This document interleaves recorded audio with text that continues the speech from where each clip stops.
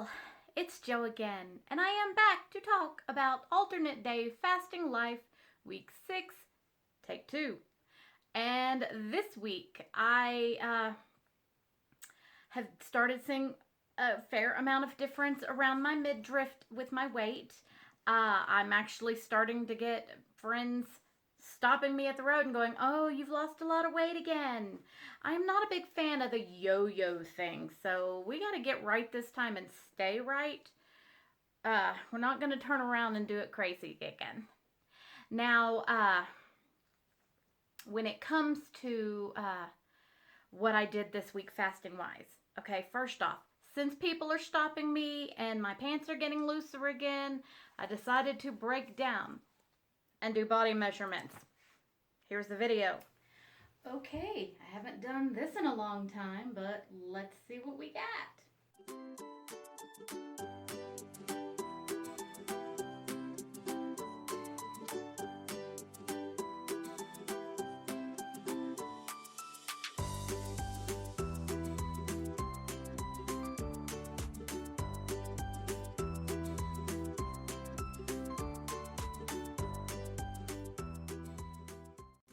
Let's see how those compare to the old numbers.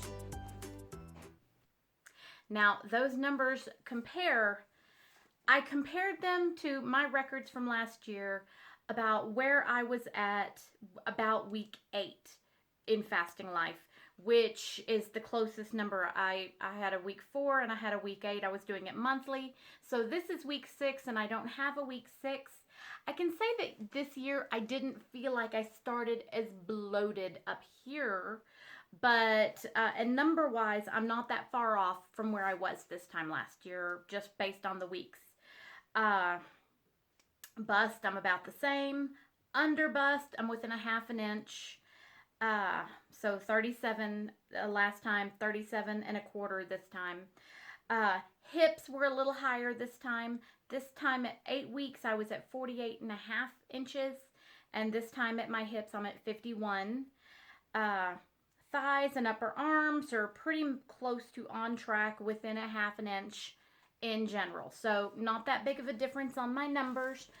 So, and I was doing really well this time last year, so those are good numbers. I did not do an initial body measurement this time around. I did not do that first initial weigh-in before my first fast either, because I was scared. I didn't want to see it. But there it is.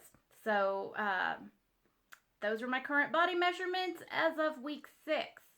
Now, this week, I lost my walking partner. Here is a video while I was walking discussing it. Happy sunrise, people. I am out. I am doing the thing.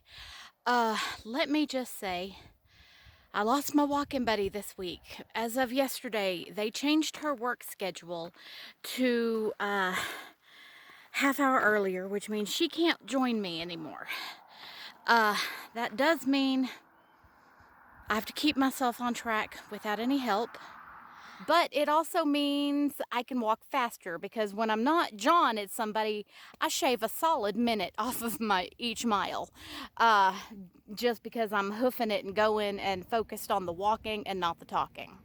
So we will see how it goes. Wish me luck. I'll give you more info on the rest in a minute. But it also means, based on my schedule, I can get up about 45 minutes later than I normally would, and walk a little bit later in the morning so that it's actually daylight.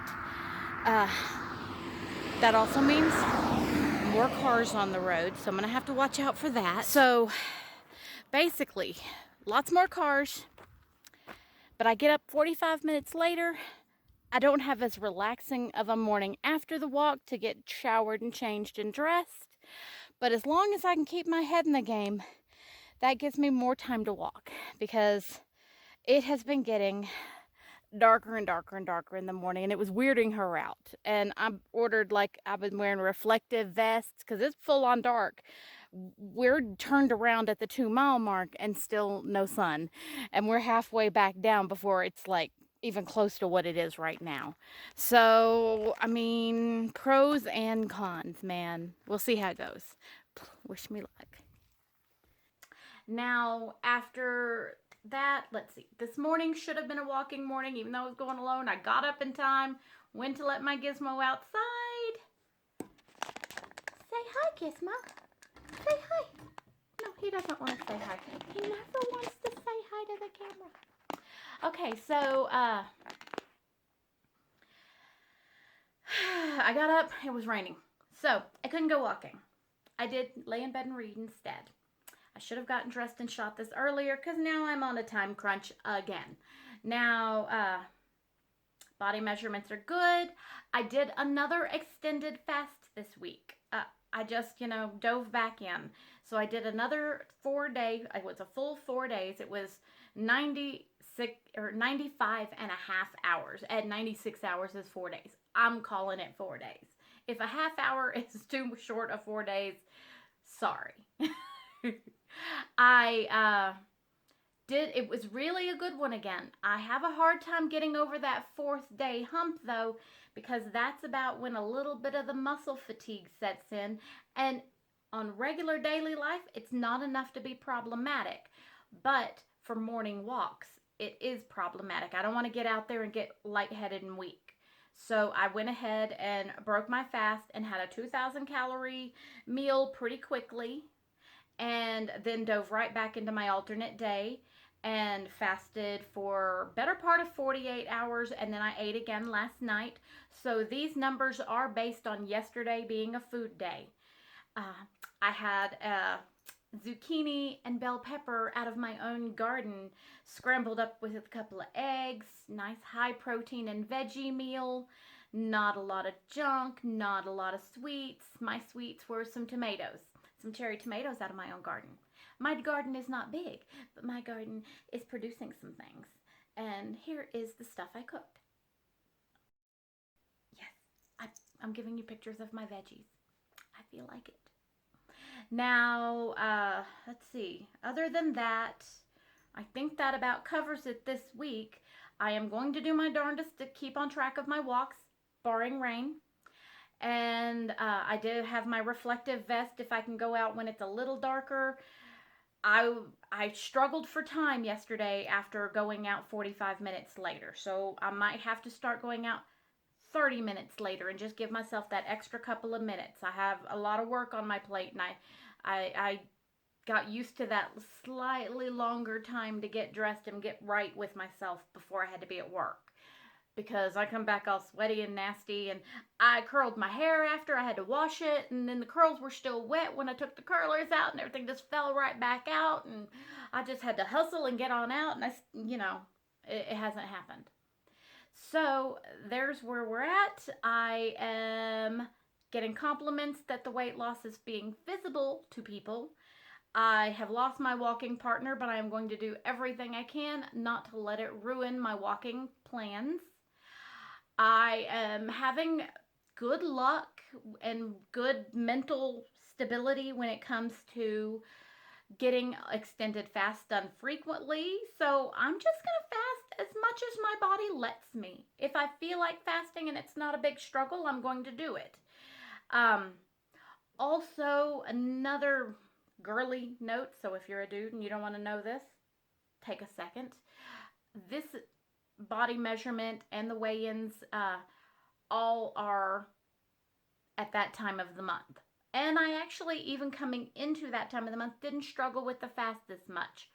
I actually considered doing the 4-day fast and then transitioning into a bone broth fast. It's not truly fasting if you're taking bone broth, but once the dam broke, I was on food.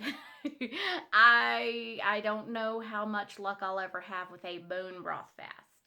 But, if it keeps me on the right track, I might try it. Especially if I struggle to push further and want to still get my walks.